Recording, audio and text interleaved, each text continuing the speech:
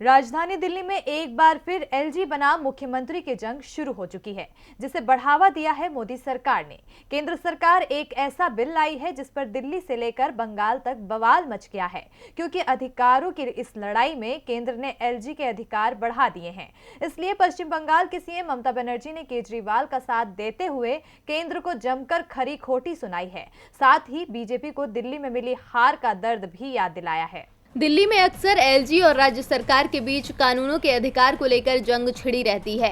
कौन होगा दिल्ली का बॉस, इस सवाल की गूंज सुप्रीम कोर्ट तक सुनाई दे चुकी है। कोर्ट ने भी माना है कि दिल्ली सरकार का अधिकार ज्यादा है, लेकिन मोदी सरकार ये मानने को तैयार नहीं है। इसीलिए केंद्र सरकार एक कानून के जरिए दिल्ली के उपराज्यपाल की शक्ति बढ़ाने जा रही है। इसको लेकर अब चुनावी राज्य पश्चिम बंगाल तक में विरोध देखने को मिल रहा है।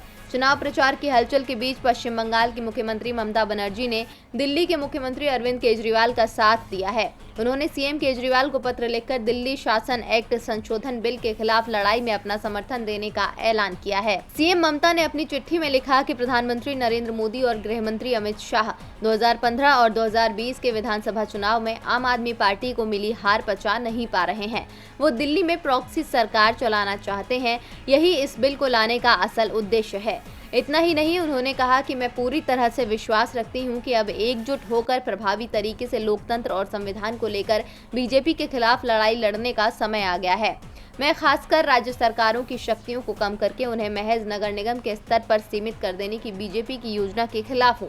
दरअसल दिल्ली से लेकर बंगाल तक जिस बिल को लेकर बवाल मचा है, उसमें एक लाइन में लिखा गया है कि राज्य की विधानसभा द्वारा बनाए गए किसी भी कानून में सरकार का मतलब उपराज्यपाल होगा। इसी के साथ ही बिल में कहा गया है कि कोई भी मामला जो विधानसभा की शक्तियों के दायरे से बाहर है, उसमें एलजी की मंजूरी लेनी होगी।